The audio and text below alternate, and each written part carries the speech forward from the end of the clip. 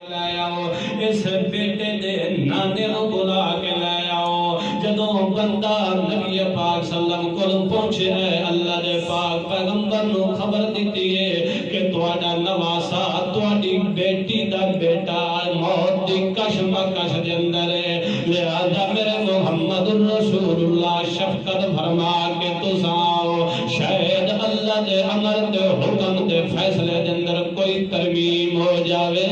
اللہ دے پاک پیغمبر نے فرمایا کہ ان للہ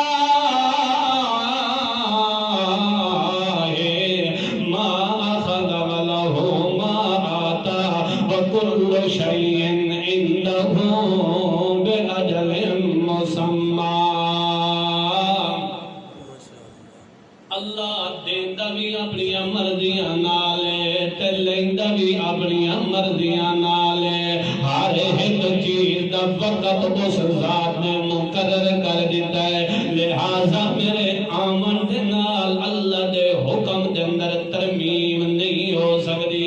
اس دے فیصلے دے اندر کدی نقص نہیں آ سکتا میں محمد رسول اللہ صلی اللہ تعالی علیہ وسلم اللہ دے فیصلے دے اندر کدی ترمیم نہیں کر سکتا حتیٰ کہ ایک موقع ہی ہو جیا ہے کہ ایک عورت فاطمہ نام دی چوری کیتی ہے جدوں اس نے چوری کیتی ہے عدالت محمد رسول اللہ دے اندر صلی اللہ تعالی علیہ وسلم دے اندر مقدمہ کیا ہے اور ایک صحابی نو انہاں تیار کیتا ہے غالباً حضرت حذیفہ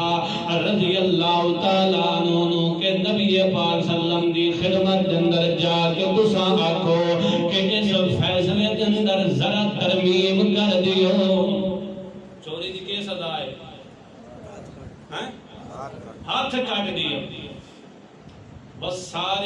والسارق فاقطعوا ایدیہما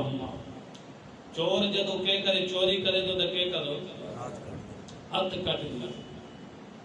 نبی پاک صلی اللہ علیہ وسلم کی خدمت کے اندر آ کے کہنے لگے یا رسول اللہ کوئی ترمیم کرو اللہ دے پاک پیغمبر نے فرمایا کہ اگر فاطمہ بنت محمد صلی اللہ تعالی علیہ وسلم بھی ہوندی تو میں محمد اس دے بھی ہاتھ کاٹ دے کیونکہ رب دے فیصلے تے قضا دے اندر ذرہ برابر میں محمد کی تبدیلی نہیں کر سکتا اللہ رب العزت جدو فیصلہ تے قضا تے حکم آ جاندا ہے اتھے میرا محمد پاک بھی